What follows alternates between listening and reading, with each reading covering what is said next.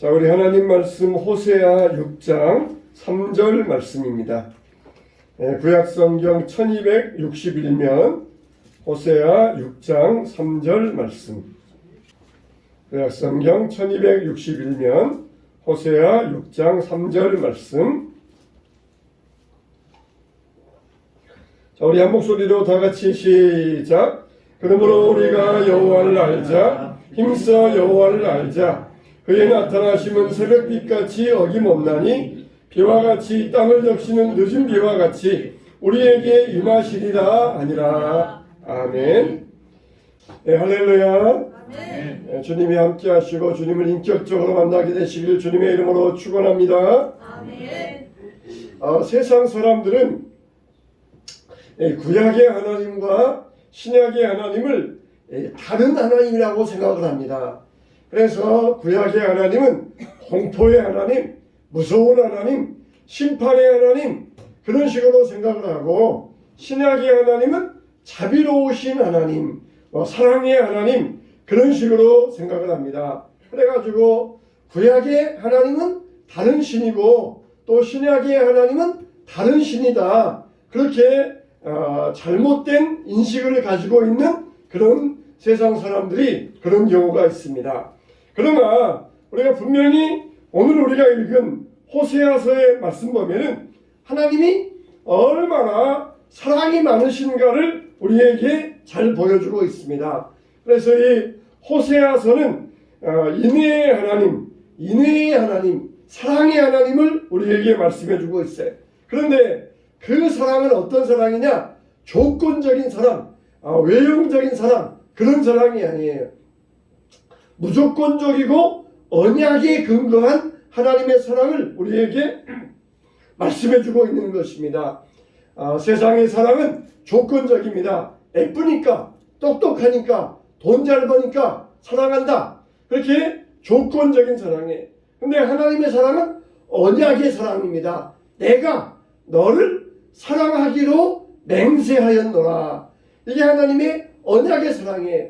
그러면은 다른 조건은 아무것도 없습니다. 그냥 무조건 내가 너를 사랑하기로 맹세했다, 그거 하나면 끝이에요.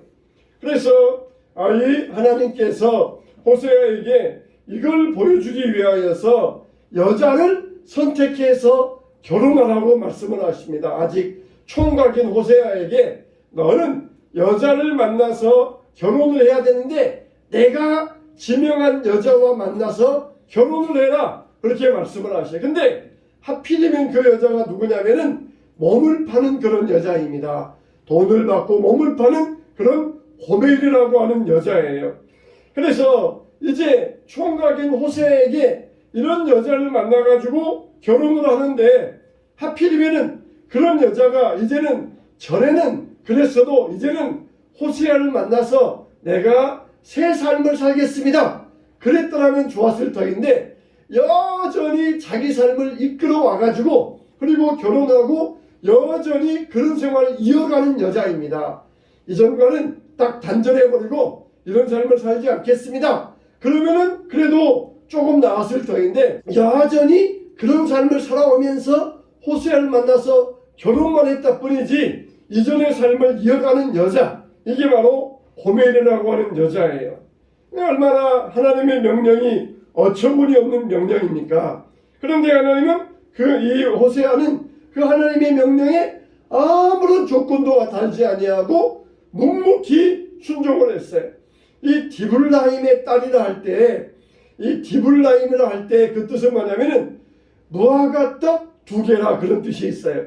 그러니까 무화과 떡, 밀가루하고 무화과를 같이 버무려 가지고 그걸로 떡을 만드는 무화과 나무의 떡이라고, 떡 2개라고 하는 그런 뜻이 있어요. 그래서 어떤 학자들은 이 고멜이라고 하는 여인의 이름을 풀 때에 이 여인이 자기 몸을 팔 때에 떡 2개에 자기 몸을 팔 정도로 그렇게 아주 가치 없는 여인이었을 것이다, 그렇게 이야기를 해요. 그러니까 몸을 파는 여자들 중에서도 제일 가치 없는 그런 여인이었을 것이다, 그렇게 해석을 하기도 합니다. 근데 이런 여인을 데려다가 결혼을 하고 그리고 자식을 낳아라, 그렇게 말씀하여 주셨어요. 그 이유는 뭐냐? 이 이스라엘 나라가 하나님을 떠나서 음란히 행했다는 것입니다.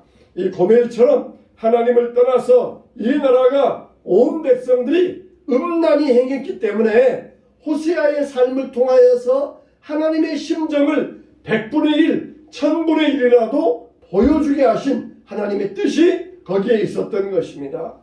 여러분이 우리는 정말 이 음란이라는 것을 알아야 돼요. 음란은 바로 우상숭배를 이야기합니다.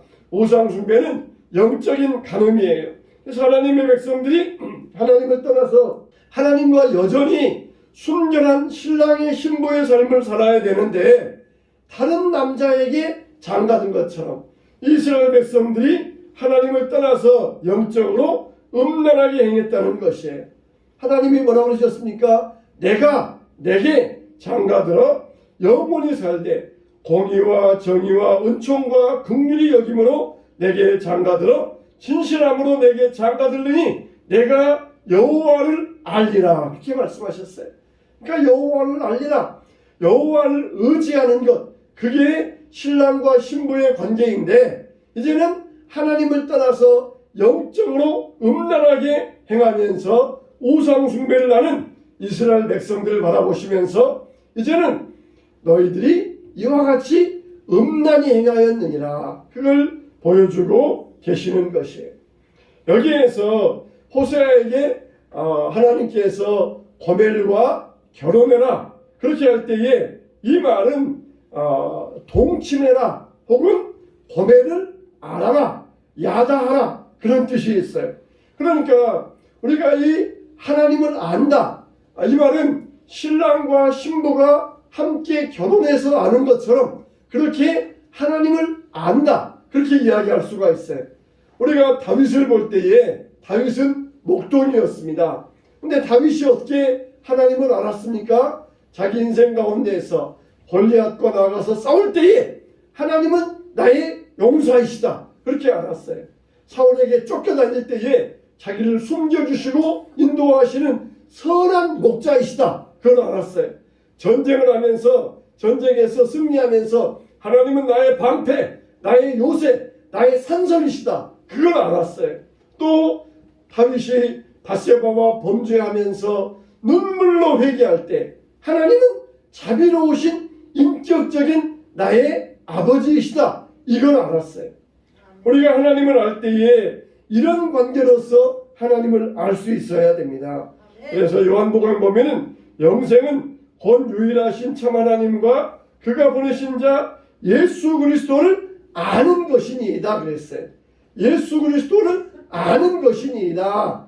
예수님은 어떻게 알아야 돼요? 예수님이 나의 목자 되신다. 나의 생명의 떡이 되신다. 나의 치유자가 되시고 의사가 되시고 만병의 의사가 되시고 내 삶의 주인 되시고 그리고 내 친구 되신다. 이걸 우리가 분명히 경험으로 알 수 있어야 돼요. 그래서 하나님과 친밀한 관계를 맺게 되면은 우리는 하나님의 생명과 연결되게 됩니다. 영생은 뭐냐? 하나님과 예수 그리스도를 아는 것이니이다. 할렐루야. 그러니까 저와 여러분들은 앞으로 우리가 영생을 얻을 것이다 그게 아니라 영생을 얻었다, 영생을 이미 우리가 얻었다, 그렇게 우리가 분명하게 고백하게 되시기를 주님의 이름으로 축원합니다. 우리는 이미 영생을 얻었습니다. 영생을 얻었어요. 죽음이라고 하는 것은 단지 문을 열고 나가는 것뿐이에요. 집에서 밖으로 나갈 때에 현관문을 열고 나가면은 바깥 세상이 열려지는 것처럼 죽음이라고 하는 것은 이승에서의 저승으로 가는, 천국으로 가는 문을 열고 그리고 천국으로 들어가는 것이 바로 이 죽음이에요. 여기에서 다른 방으로 옮겨가는 것이 죽음입니다. 그래서 죽음은 별게 아니에요. 이미 우리는 여기에서 영생의 삶을 쭉 살고 있는데 이 영생으로 들어가는 문을 열고 들어가서 거기에서 하나님을 만나게 되는 것, 이게 바로 영생의 관계예요. 지금 우리는 어떻습니까? 하나님을 알므로 말미암아 영생을 얻었다는 것이에요. 하나님을 아는 것이 영생이라는 것입니다. 우리가 하나님을 알아야 됩니다. 교회를 아무리 오래 다녀도 하나님을 알지 못하면 안 됩니다. 아무리 미천한 자라 할지라도 하나님을 알면은 영생을 얻었고 그리고 하나님 나라의 백성이 된 것입니다. 네. 우리가 여기에서 분명히 구별해야 될 것은 하나님에 관해서 아는 것이 아니라 하나님을 알아야 된다는 것이에요. 하나님에 관해서 아는 것이 아니라 하나님을 알아야 된다는 것입니다. 심지어 귀신도 하나님을 안다 그랬어요. 귀신도 하나님이 살아계시고 하나님이 능력 많으신 분임을 안다 그랬어요. 그러나 귀신은 하나님을 경험할 수가 없어요. 하나님의 선하심, 하나님의 자비하심, 하나님의 은혜로우심 이걸 경험할 수가 없어요. 그래서 귀신이 하나님을 아는 것 가지고는 절대로 구원을 받을 수가 없습니다. 우리는 하나님을 알아야 돼요. 살아계신 하나님, 오늘도 날 찾아오시어서 은혜 베풀어 주시고 나에게 자비를 베풀어 주시고 말씀하여 주시는 하나님, 이 하나님을 우리가 알아야 됩니다. 이 하나님을 알고 믿음으로 나아갈 때에 우리는 하나님을 분명히 나의 하나님으로 내 주로 영접하게 돼 있어요. 우리가 하나님을 알 때에 어떤 공부와 지식을 가지고 아는 게 아니에요.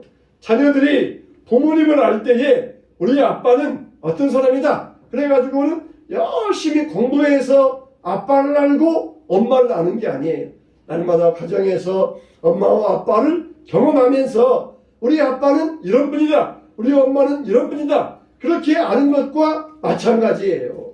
우리가 하나님을 아는 것은 저 하나님의 품에서 날마다 동고동락함으로써 그렇게 하나님을 알아가게 되는 것입니다.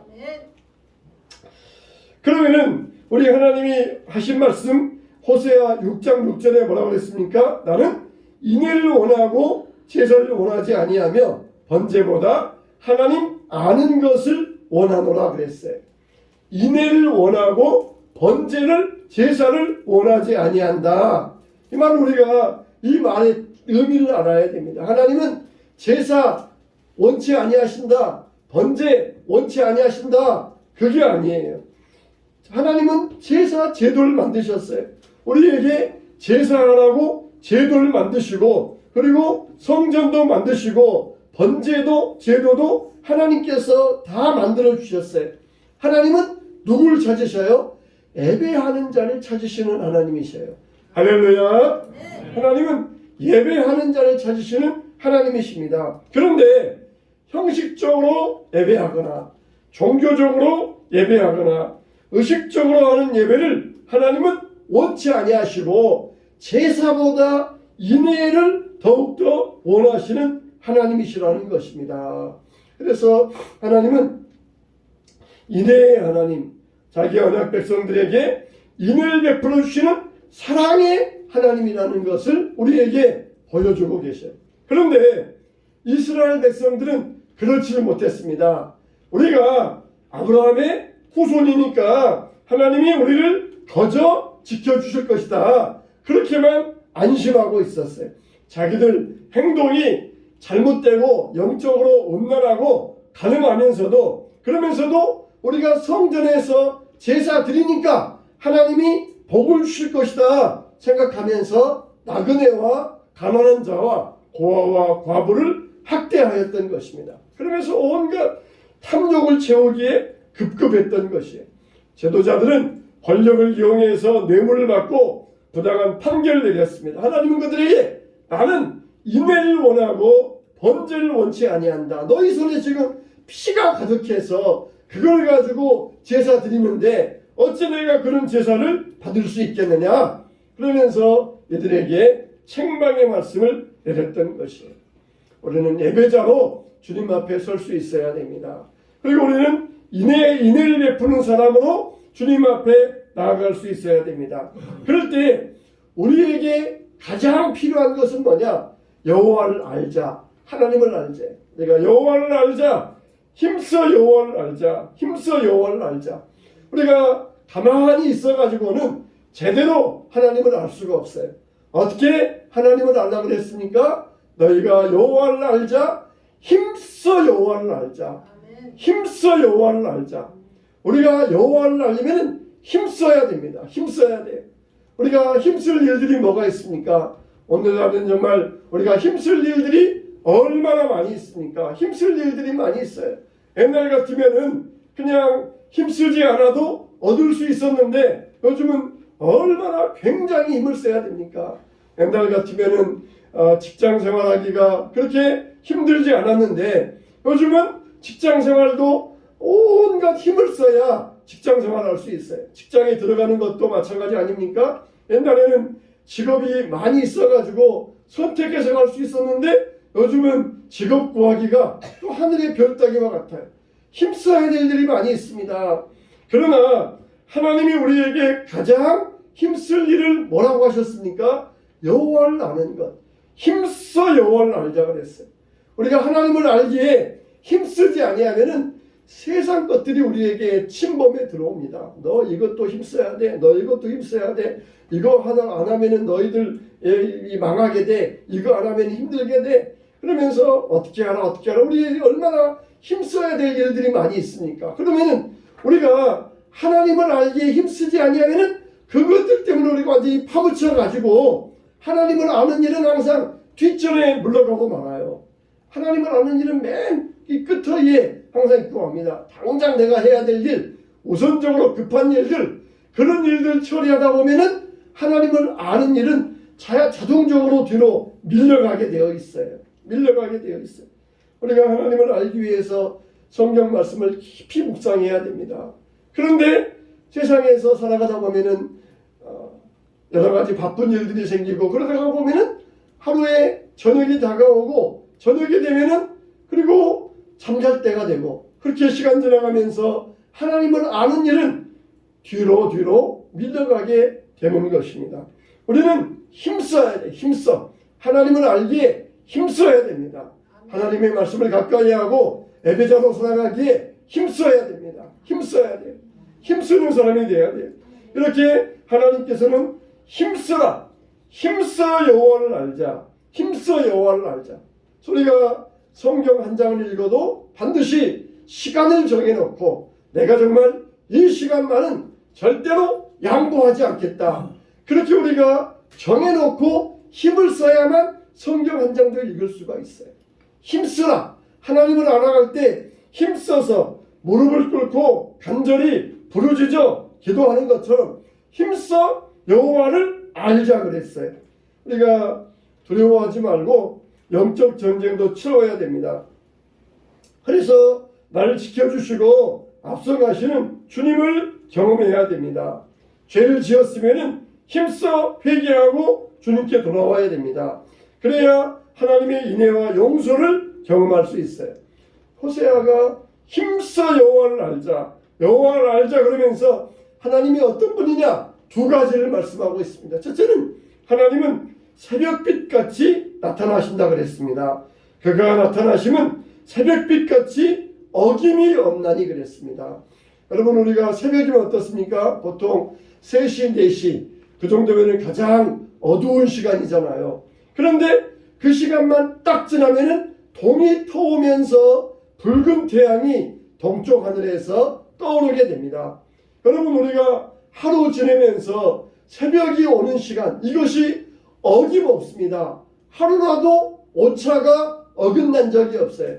구름이 뜨고 또 그리고 이슬이 맺히고 안개가 지고 이런 것들은 대단한데다 그러지만 새벽빛같이 해가 뜨는 것은 이것은 수천 년이 흘러도 어김이 없는 사실이에요. 그런 것처럼 하나님은 어김이 없다는 것입니다. 하나님은 어둠을 물리치고 온 대지를 밝게 하시는 어김이 없는 하나님이시라는 거예요. 단 하루라도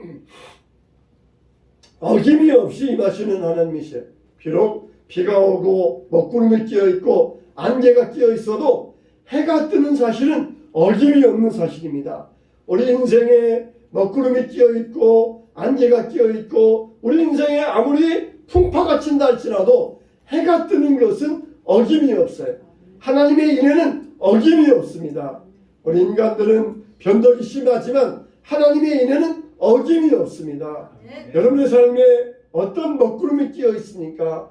여러분의 삶에 어떤 문제가 있습니까? 하나님의 나타나심은 어김이 없는 것이에요.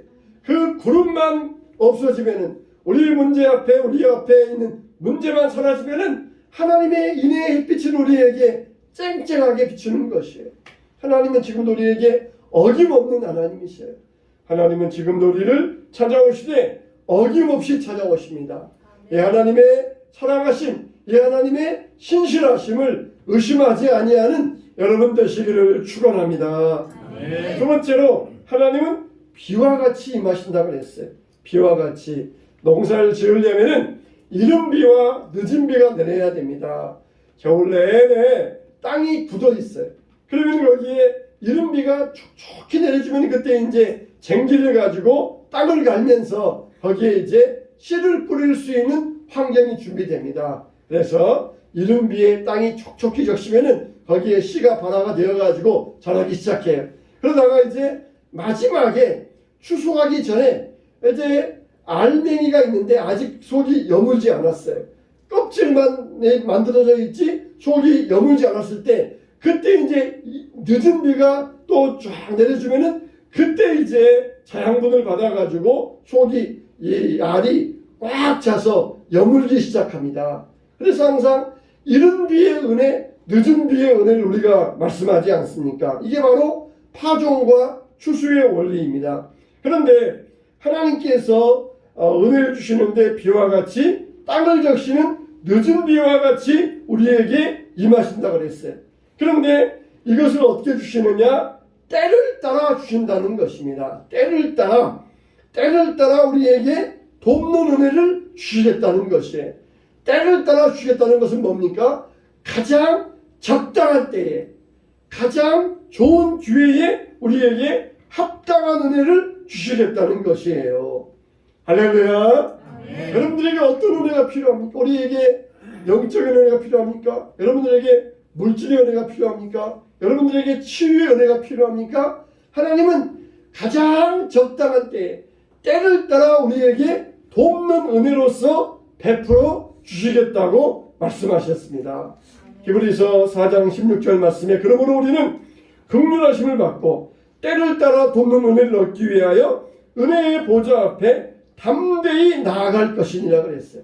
때를 따라 가장 적당한 때에 하나님이 우리에게 돕는 은혜를 내려주신다는 것이에요. 근데 그 때가 언제냐? 가장 그 기회가 언제냐? 그거는 내가 원하는 때가 아니라 하나님이 원하시는 가장 좋은 때, 그때가 바로 이 때를 따라 돕는 은혜라는 것이에요. 내가 원할 때. 그러면 나는 어떻습니까? 지금 주세요. 빨리 주세요. 당장 주세요. 우리가 다 그런 마음이잖아요. 기도할 때마다 하나님 빨리 주세요. 나 급합니다. 지금 주셔야 됩니다. 근데 그때는 언제예요? 하나님의 때예요. 하나님의 때. 아이들이 엄마에게 나 지금 1,000,000원 1억만 주세요. 그러면은 절대 안 줘요. 그러나 아이가 커가지고 나 사업자금 필요합니다. 1,000,000원만 대주세요. 그러면은 얼마든지 부모가 대줄 것입니다. 그런 것처럼 때를 따라 그 때가 언제냐? 우리가 원하는 때가 아니라 하나님의 때라는 것이에요. 하나님의 때. 하나님은 우리가 죄를 짓고 넘어졌을 때라도 회개하고 돌아오면은 새벽빛같이 찾아오시어서 우리 영혼의 생명의 빛을 비춰주십니다. 인생의 밤이 아무리 깊어도 결국 새벽을 막을 수 없는 것처럼 하나님께서 임하시면은 흑암의 권세는 물러가게 되어 있습니다. 인생의 먹구름도 사라지게 되어 있습니다. 메말랐던 심령에도 마른 땅에 이른 비와 같은 은혜가 임하게 되어 있습니다. 그런데 내게로 돌아오라, 내게로 돌아오라, 그렇게 하나님은 간곡히 하시는데 왜 사람들이 안 돌아오고 있습니까? 바로 이 죄를 버리지 못하기 때문이에요. 자기의 죄, 이걸 버리지 못하기 때문에. 왜 안 돌아옵니까? 하나님을 모르기 때문입니다. 하나님을 모르기 때문에.